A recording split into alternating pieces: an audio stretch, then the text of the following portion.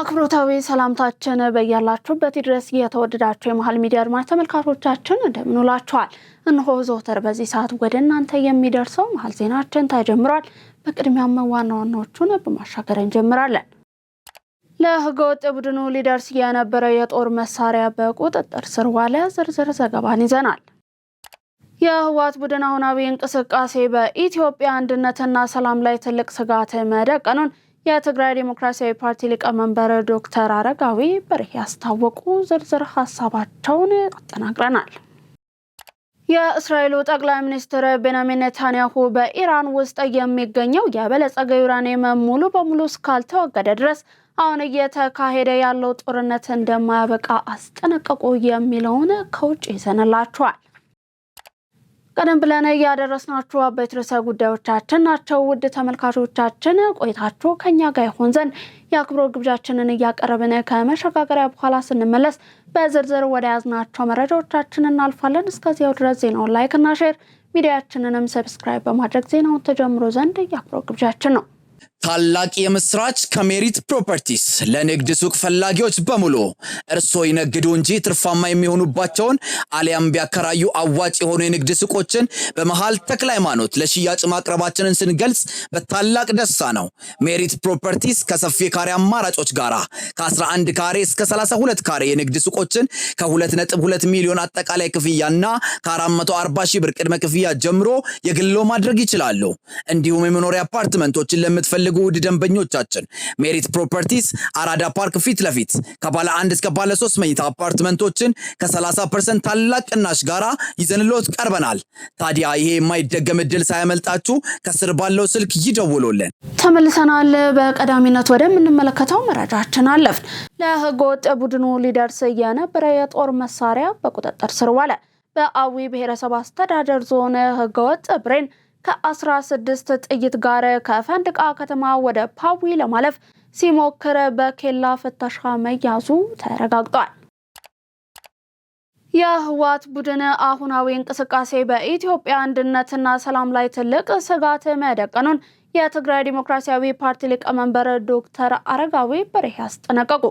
ዶክተር አረጋዊ በርሄ ለአዲስ ዘመን እንደገለጹት ቡድኑ ራሱ ባረቀቀው ህገ መንግስት ለመገዛት ፈቃደኛ አለመሆኑ እንዲሁም የፌዴራል መንግስቱንና የምርጫ ቦርድን ስልጣን አለመቀበሉ ለሀገር አንድነት ዋነኛ ስጋት ነው ብለዋል። ይህ ህገወጥ ቡድን ህዝቡ ለጦርነት እንዲዘጋጅና የሰው ኃይል እንዲያዋጣ እያደረገ ያለው ግፊት ሀገሪቱን ወደ ሌላ የከፋ አደጋ ሊከታት እንደሚችልም አመልክተዋል። ቡድኑ ከሀገር ውስጥና ከውጭ ኃይሎች ጋር በመቀናጀት ሀገር የማፍረስ ተልዕኮን እያከናወነ እንደሚገኝ ጠቁመው የፌዴራል መንግስቱ በአስቸኳይ መፍትሄ እንዲሰጥም አሳስበዋል። ቀደም ሲል በጦርነት ያለቀው የትግራይ ወጣት ሳይበቃ አሁን እየታየ ያለው እንቅስቃሴ ተጨማሪ ሰብአዊ ቀውስ ሊያስከትል እንደሚችልም አስረድተዋል። በአንድ ሀገር የፖለቲካ፣ የሃይማኖት፣ የቋንቋና የብሔር ልዩነት ሊኖር ቢችልም ጽንፍ የወጡ ልዩነቶችን የሚፈጥሩ ችግር የሀገር ሰላምን የሚያናጋ ነው ያሉት ዶክተር አረጋዊ በርሄ የችግሩ መዘዝ ከባድና ለሁሉም የሚተርፍ በመሆኑ አካባቢው ዳግም ወደ ጦርነት እንዳይገባ ህዝቡና መንግስት ተባብረው ሊንቀሳቀሱ እንደሚገባ መክረዋል። አካባቢው ተመልሶ ወደ ጦርነት እንዳይገባ ህዝቡና የፌዴራል መንግስቱ ተባብሮ መንቀሳቀስ እንደሚኖርበት አጽንኦት ሰጥተውም ችግሩ የትግራይ ህዝብ ብቻ ሳይሆን ለመላው የኢትዮጵያ ህዝብ ነው ብለዋል። መላው የኢትዮጵያ ህዝብ ምሁራንና ወጣቶች ልዩነቶቻቸውን ወደ ጎን በመተው ለሀገር ሰላም በጋራ እንዲቆሙም ጥሪ አቅርበዋል። ከዓለም አቀፉ የገንዘብ ተቋም IMF ዋና ዳይሬክተር ክርስቲያሊና ጆርጂየቫ ጋር ውይይት አድርገናል አሉ የኢፌዴሪ ጠቅላይ ሚኒስትር ዶክተር አብይ አህመድ። ከዓለም አቀፉ የገንዘብ ተቋም IMF ዋና ዳይሬክተር ክርስቲያሊና ጆርጂየቫ ጋር ተገናኝተን በኢኮኖሚያዊ እድገት፣ በአጋርነት እንዲሁም ቅድሚያ በሚሰጣቸው የጋራ ጉዳዮች ላይ ውይይት ማድረጋቸውን ጠቅላይ ሚኒስትር ዶክተር አብይ አህመድ በማህበራዊ ገጻቸው ባጋሩት መልእክት አስታውቀዋል። ለነበረን ጠቃሚ የሐሳብ ልውውጥና ቀጣይነት ላለው አጋርነት ምስጋናዬ የላቀ ነው ብለዋል። ሁለተኛ ዓመቱን እየያዘ ያለው የማክሮ ኢኮኖሚ ማሻሻያ አፈጻጸም IMF እንዴት እንደሚያየው በዝርዝር እንደሚገመግም ይጠበቃል። በፊንቴክ ኢንቨስትመንት የማጭበርበር ወንጀል የተጠረጠሩ አርቲስቶች እንዲሁም ቲክቶከሮች በ400 እንዲሁም 500 ሺህ ብር የገንዘብ ዋስትና ጉዳያቸው ከውጭ ሆነው እንዲከታተሉ ተወሰነ። ዝርዝር ዜናው እንደሚከተለው ይቀርባል። ችሎቱ ሚያዝያ 8 ቀን 2018 ዓ.ም በተሰየመበት ወቅት ተጠርጣሪዎች ለዋስትና የሚያቀርቡትን የገንዘብ መጠን ለመወሰን ለዛሬ ሰኞ ግንቦት 3 ቀን 2018 ዓ.ም ቀነ ቀጠሮ መስጠቱን መዘገባችን ይታወሳል። በፊንቴክ ኢንቨስትመንት የማጭበርበር ወንጀል ተጠርጥረው በቁጥጥር ስር ውለው የነበሩ ታዋቂ አርቲስቶች እንዲሁም ቲክቶከሮች የዋስትና መብታቸው እንዲከበር የፌዴራሉ ከፍተኛ ፍርድ ቤት የልደታ ምድብ ችሎት በወሰነው መሰረት እያንዳንዳቸው ከ400 እስከ 500 ሺህ ብር በሚደርስ የገንዘብ ዋስትና ከእስር እንዲፈቱ ትዕዛዝን ሰጥቷል። ፍርድ ቤቱ በዋስትና ጉዳዩ ላይ መርምሮ ባስተላለፈው ውሳኔ መሰረትም ከአንደኛ እስከ አራተኛ ተከሳሾች አርቲስት ሰራዊት ፍቅሬ፣ አርቲስት ሰለሞን ቦጋለ፣ አርቲስት ይገረም ደጀኔ እንዲሁም አርቲስት ዳንኤል ተገኝ እያንዳንዳቸው በ500 ሺህ ብር የገንዘብ ዋስትና እንዲሁም ስድስተኛ ሰባተኛ ተከሳሾች ካሊድ ናስር እንዲሁም አብርሃም ግዛው እያንዳንዳቸው በ400 ሺህ ብር የገንዘብ ዋስትና ከእስር እንዲፈቱ ወስኗል። ይሁን እንጂ ተጠርጣሪዎቹ ከሀገር እንዳይወጡ የእግድ ትዕዛዝ ተላልፎባቸዋል። በሌላ በኩል በክስ መዝገቡ አምስተኛ ተከሳሽ በሆነው በቲክቶከሩ መንሱር ጀማል አቃቤ ሕግ የዋስትና መብቱን በመቃወሙ ምክንያት ችሎቱ ውሳኔ ለመስጠት ተለዋጭ ቀጠሮን ሰጥቷል። ኢትዮጵያ ለነገ የተዘጋጀ ትውልድን ለመገንባት በሕግና በፖሊሲ የተደገፉ የቀዳማይ ልጅነት ኢኒሼቲቮችን እየተገበረች እንደምትገኝ ምክትል ጠቅላይ ሚኒስትር ተመስገን ጥሩነህ ገለጹ። ምክትል ጠቅላይ ሚኒስትሩ አዲስ ዓለም አቀፍ የቀዳማይ ልጅነት ጉባኤን በይፋ ከፍተዋል። ተጨማሪ አለን። ኢትዮጵያ በሰው ተኮር የልማት አቅጣጫ ከምትተገብራቸው ስራዎች መካከል የቀዳማይ ልጅነት መርሃ ግብር አንዱ መሆኑን ገልጸዋል። መንግስት ለህፃናት ሁለንተናዊ እድገት እንዲሁም ጥበቃ በህግና በፖሊሲ የተደገፉ ተግባራትን እያከናወነ እንደሚገኝም ጠቅሰዋል። በ2015 ተሻሽሎ የጸደቀው ሀገር አቀፍ የቀዳማይ ልጅነት ልማት እንዲሁም ትምህርት የፖሊሲ ማዕቀፍ እንዲሁም በ2017 የጸደቀውን አጠቃላይ የትምህርት አዋጅ መሰረት በማድረግ ከ35 ሺህ በላይ የቅድመ አንደኛ ደረጃ ትምህርት ቤቶች በመላው ሀገሪቱ እየተተገበረ ይገኛል ብለዋል። በመንግስት ተቋማት የህፃናት ማቆያ ማዕከላት ተከፍተው አገልግሎት እየሰጡ ነው ያሉት ምክትል ጠቅላይ ሚኒስትሩ ኢትዮጵያ የህፃናትን ደህንነት ለማሻሻል የሚያስችሉ ጉልህ ብሔራዊ መርሃ ግብር መጀመሯን አውስተዋል። በሰቆጣ ቃል ኪዳን አማካኝነት የ15 ዓመት ፍኖተ ካርታ ተዘጋጅቶ ከ2 ዓመት በታች በሆኑ ህጻናት ላይ የሚደርስ ሆነ መቀንጨር በ2022 ዓ.ም ዜሮ ለማድረግ እየተሰራ ሲሆን የሌማት ትሩፋትና የአልሚ ምግቦች ምርታማነት ለስኬቱ ሚናቸው የላቀ ነው ብለዋል። በተለይም የህፃናትን ጉዳት ለመቀነስና የልጆችን ጤናማነት ለመጨመር እያስቻሉ እንደሚገኙ አስረድተዋል። ኢትዮጵያ ለዘላቂ የልማት ግቦች እንዲሁም ለህፃናት መብቶች ጥበቃ የገባቻቸውን ቃል ኪዳኖች ወደ ተግባር እየለወጠች መሆኑን በማንሳት ይህንን ማጠናከር እንደምትቀጥል ጠቁመዋል። በአዲስ አበባ ከተማ አስተዳደር አመራሩ በወሰደው ቁርጠኝነት በህፃናት ሁለንተናዊ እድገት ላይ ያተኮሩ ስትራቴጂካዊ ኢኒሼቲቮች ተቀርጸው በተግባር ላይ የዋሉ እንደሚገኙም አስረድተዋል። ይህ ወሳኝ የትውልድ ግንባታ ስራ በአዲስ አበባ ከተማ ፋና ወጊነት ተጀምሮ በመላ ሀገሪቱ እየተስፋፋ መሆኑንም ጠቁመዋል። መንግስት ብልጽግናን ለማረጋገጥ የተቀናጀ የቀዳማይ ልጅነት ልማትን በመላ ሀገሪቱ ለማስፋፋት ሙሉ ቁርጠኛ መሆኑንም አረጋግጠዋል። አስፈላጊ በጀት በመመደብ የትምህርት ቤቶችን ደረጃ በማሻሻል የተማሪዎችን ምገባ በማስፋፋት ረገድ ውጤት ማምጣቱንም ጠቅሰዋል። ልጆች በአካልና በመንፈስ የሚጎለብቱባቸውን የስፖርትና የመዝናኛ ቦታዎች በየአካባቢው በመገንባት በኮሪደር ልማት ለልጆች ምቹ ስፍራ እየተፈጠረ መሆኑን አስረድተዋል። ልጆች ላይ መስራት ማለት በነገ ሀገር፣ አህጉር እንዲሁም ዓለማችን ላይ መስራት በመሆኑ በትጋት ማስቀጠል ይገባልም ነው ያሉት። አዲስ አበባ በህፃናትና ሁለንተናዊ እድገት አርአያ የሚሆን ስኬትን እያስመዘገበች መሆኗን የአዲስ አበባ ከተማ አስተዳደር ከንቲባ አዳነች አቤቤ ገለጹ። በአዲስ አበባ እየተካሄደ በሚገኘው ዓለም አቀፍ የቀዳማይ ልጅነት ህፃናት የነገ ተስፋዎች በሚል መሪ ቃል በነደፈው ፍኖተ ካርታ አማካኝነት በአሁኑ ወቅት ከ6 ዓመት በታች ያሉ 1.3 ሚሊዮን ህጻናትን ሁለንተናዊ እድገትን እያረጋገጠ እንደሚገኝ ተናግረዋል። ከተማዋን ለህፃናት ማሳደጊያ ምርጥ የአፍሪካ መዲና የማድረግ ታላቅ ራዕይን ሰንቆ የተጀመረው የሀገራዊ አሻራ ዛሬ ላይ በቢሊየን የሚቆጠር መዋለ ንዋይ የሚፈስበትና የነገውን የሰው ሀብት በጽኑ መሰረት ላይ የሚገነባ ግዙፍ ኢንቨስትመንት ሆኖ ማደጉም ጠቁመዋል። ለዚህ ስኬት መመዝገብ ትልቁን ድርሻ ካበረከቱ ተግባራት መካከል ዝቅተኛ ገቢ ያላቸውን 330 ሺህ ተጋላጭ ቤተሰቦችን ተጠቃሚ ለማድረግ ከ5000 በላይ ባለሙያዎች በቋሚነት ተቀጥረው የሚሰጡት የቤት ለቤት የምክር አገልግሎት አንዱ መሆኑን ገልጸዋል። በሁሉም የመንግስት ሆስፒታሎች የተቀናጀ የህፃናት እንክብካቤ አገልግሎት ተደራሽ መደረጉን ያነሱት ከንቲባ አዳነች አቤቤ በትምህርት ረገድም የቅድመ አንደኛ ደረጃ ተማሪዎች በቀን 2 ጊዜ የምገባ አገልግሎት፣ ነፃ ዩኒፎርም፣ የትምህርት ቁሳቁስ እንዲያገኙ መደረጉን አስታውቀዋል። ከ3 ዓመት በፊት 11 ብቻ የነበሩ የህፃናት ማቆያ ማዕከላት ወደ 1100 ሲያድጉም 20 የነበሩ የመጫወቻ ቦታዎች ደግሞ ወደ 5000 ከፍ ማለታቸውን ተናግረዋል። 7ኛ ጠቅላላ ምርጫ ሰላማዊና ዲሞክራሲያዊ ሆኖ እንዲጠናቀቅ የበኩላቸውን እየተወጡ መሆናቸውን ተፎካካሪ ፓርቲዎች ገለጹ። ዝርዝር ዘገባው ተጠናቅሯል፣ እንደሚከተለው ይቀርባል። ጠቅላላ ምርጫው የህዝብ ተሳትፎ የተረጋገጠበትና ፍትሃዊና ዲሞክራሲያዊ እንዲሆን ለአባላትና ለደጋፊዎቻቸው ግንዛቤ ከመፍጠር ባለፈ የምርጫ ህጉን ተከትለው እንዲሰሩ ማድረጋቸውን ፓርቲዎቹ ገልጸዋል። ተፎካካሪ የፖለቲካ ፓርቲዎቹ ያላቸውን የፖሊሲ አማራጮችን ከማስተዋወቅ ባለፈ ዲሞክራሲያዊ ስርዓቱ እየጎለበተ እንዲመጣ ለሀሳብ የበላይነት እየሰሩ መሆናቸውን አስረድተዋል። አስተያየታቸውን ከሰጡ የፖለቲካ ፓርቲዎች መካከል የወሎ ህዝቦች ዲሞክራሲ ፓርቲ የምርጫና ዲሞክራሲ ግንባታ ዘርፍ ኃላፊ አቶ የሺበር ጌጡ ለኢትዮጵያ ዜና አገልግሎት እንደገለጹት በ7ኛ ጠቅላላ ምርጫ ላይ ለሀገር እድገትና ለዘላቂ ሰላም የፓርቲያቸው አማራጭ ሀሳብን ለህዝብ እያስተዋወቁ ነው። በምርጫ ቅስቀሳ ወቅትም ሆነ በምርጫው ዕለት አባሎቻቸው ሆኑ ደጋፊዎቻቸው የምርጫ ህግን እንዲከተሉ በማድረግ ለምርጫው ሰላማዊ ዲሞክራሲያዊና አሳታፊነት እየሰሩ መሆናቸውን ተናግረዋል።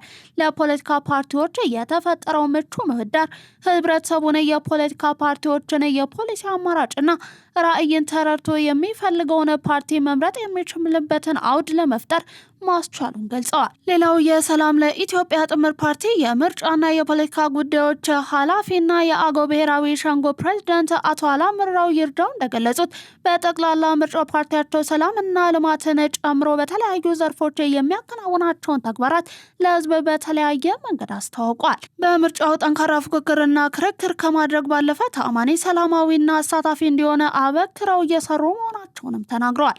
ምርጫ በዲሞክራሲ ስርዓት ግንባታ ሂደት አንዱና ወሳኝ በመሆኑ በሀሳብ የበላይነት ለማሸነፍ እየተወዳደሩ መሆናቸውን ያነሱት ደግሞ የአንድ ኢትዮጵያ ዲሞክራሲ ፓርቲ የቦርድ አባላት ዮሴፍ አሻግሬ ናቸው። ግንቦት 24 ቀን 2018 ዓ.ም የሚካሄደው ጠቅላላ ምርጫ ስኬታማ እንዲሆን አባሎቻቸውና ደጋፊዎቻቸው የድርሻቸውን እንዲወጡ የማስገንዘብ ስራ መስራታቸውን ገልጸዋል። ምርጫ ህዝብም በያዘው ካርድ ድምጹን ለሚፈልገው የፖለቲካ ፓርቲ በመስጠት የዲሞክራሲ ስርዓትን ለማጠናከር በሚደረገው ጥረት የበኩሉን መወጣት እንዳለበት አስገንዝቧል። 73ኛው የታላቁ የአፍሪካ ቀንድ የአየር ንብረት ትንበያ ፎረም ግንቦት 10 እንዲሁም 11 2018 ዓ.ም በአዲስ አበባ ይደረጋል። ፎረሙ የሚካሄደው የአየር ንብረት አገልግሎቶች ለአይበገሬነት እንዲሁም ዘላቂ ልማት በሚል መሪ ሀሳብ ነው። የምስራቅ አፍሪካ የልማት በይነ መንግስታት ባለስልጣን ኢጋድ የአየር ንብረት ትንበያ እንዲሁም የመተግበሪያ ማዕከል ከልማት አጋሮች ጋር በመሆን ፎረሙን እንዳዘጋጀውም ተገልጿል። ስብሰባው ትንበያው ከመስጠት ባለፈ ትንበያዎቹን ወደ ተግባር መቀየር እንዲሁም የአየር ንብረት ለውጥን ለመከላከል የቅድመ ማስጠንቀቂያና ቅድመ ዝግጅት እርምጃዎችን ማጠናከርንም ያለመ ነው። የአየር ንብረት መረጃዎች አርሶ አደሮች፣ የጤና ባለሙያዎችንና የአደጋ ስጋት አመራሮችን በቀጥታ እንዲደግፉ ማድረግ በሚቻልባቸው ሁኔታዎች ላይ ምክክር እንደሚደረግ ኢጋድ ለኢትዮጵያ ዜና አገልግሎት በላከው መረጃ አመልክቷል። በብሔራዊ የሜትሮሎጂ ተቋማት መካከል ያለውን ትስስር እንዲሁም ትብብርን ማጠናከር ሌላኛው የመወያያ አጀንዳ ነው። መድረኩ ለታላቁ የአፍሪካ ቀንድ ግብርና እንዲሁም የውሃ ሀብት ወሳኝ የሆነውን እንደ አውሮፓውያኑ አቆጣጠር ከጁን እስከ ሴፕቴምበር 2026 ያለውን የዝናብ ወቅት ትንበያም ይቀርብበታል። ሚኒስትሮች፣ የምርምር ተቋማት፣ ሰብአዊ ድርጅቶች፣ የሲቪክ ማህበራት እንዲሁም የግል ባለሀብቶች ይሳተፋሉ። የአየር ንብረት መዛባት የሩቅ ስጋት መሆኑ ቀርቶ በደጃፋችን ላይ ያለ ተጨባጭ አደጋ ነው ያለው ኢጋድ ፎረሙ በታላቁ የአፍሪካ ትንበያ የሚገኙ ማህበረሰቦች በቂ ደረጃ እንዲኖራቸውና አስቀድመው ዝግጁ እንዲሆኑ ማስቻል ላይ ትኩረቱን እያደረገ መሆኑንም አመልክቷል። የኢትዮጵያ ዲጂታል ኢኮኖሚ የጤናውን ስርዓት በማዘመን ከፍተኛ አስተዋጽኦ እያበረከተ መሆኑን የጤና ሚኒስትር ዶክተር መቅደስ ዳባ ገለጹ። የጤና ሚኒስትር ከግንቦት 3 እስከ 7 2018 ዓ.ም በጤና መረጃና በዲጂታል ጤና ፈጠራዎች ላይ ዘላቂ ኢንቨስትመንት በማድረግ የጤና ትሩፋቶችን ማሳደግ በሚል መሪ ሀሳብ አምስተኛው ሀገር አቀፍ የጤና መረጃና ዲጂታል ጤና ሳምንት መርሃ ግብርን እያካሄደ ይገኛል። ተጨማሪውን ይዘናል። በመርሃ ግብሩ ማስጀመሪያ ላይ የጤና ሚኒስትርና ተጠሪ ተቋማት አመራሮች፣ የክልል ጤና ቢሮ ኃላፊዎች፣ የዩኒቨርሲቲና የሙያና ሲቪል ማህበራት ተወካዮች ተገኝተዋል። የጤና ሚኒስትር ዶክተር መቅደስ ዳባ በዚህ ወቅት የዲጂታል ኢትዮጵያ 2025 ስትራቴጂ ትግበራ የጤና ዘርፍ የመረጃ ስርዓትን የሚያዘምነው መሰረትን ተጥሏል ብለዋል። በዲጂታል ኢትዮጵያ 2030 ስትራቴጂም የጤና ዲጂታል ስርዓትን የማጠናከር ስራ ትኩረት እንደሚሰጠው ገልጸዋል።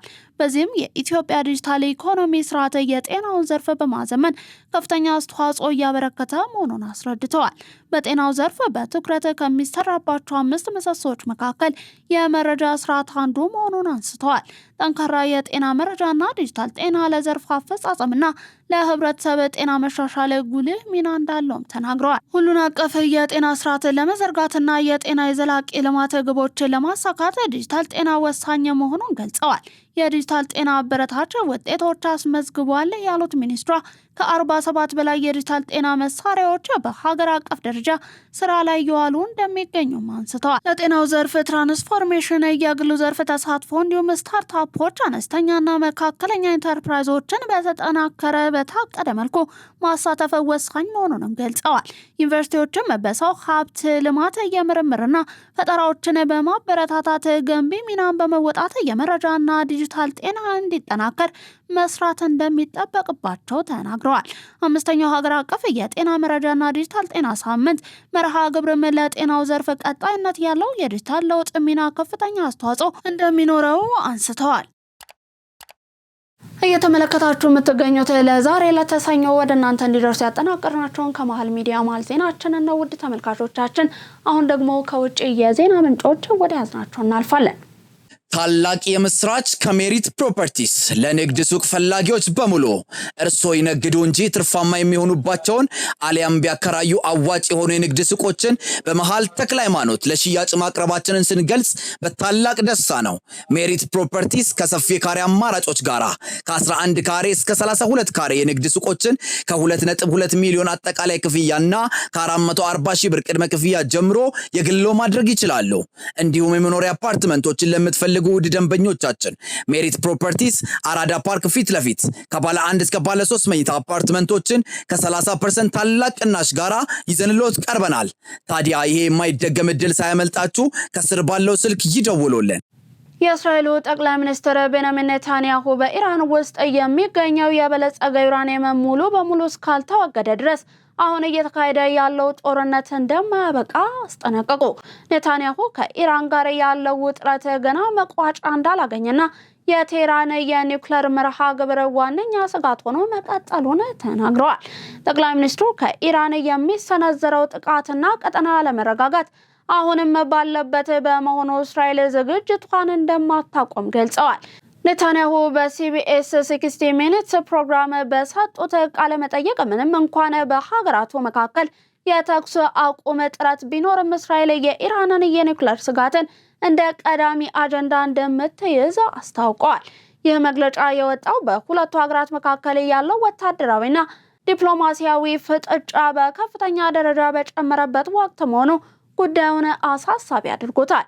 እስራኤል የኢራን የኒውክሌር ተቋማትን እንደ ትልቅ ስጋት የምትመለከተው ሲሆንም ዓለም አቀፉ ማህበረሰብ በቴህራን ላይ ጫና እንደሚያደርግ በተደጋጋሚ ስትጠይቅ ቆይታለች።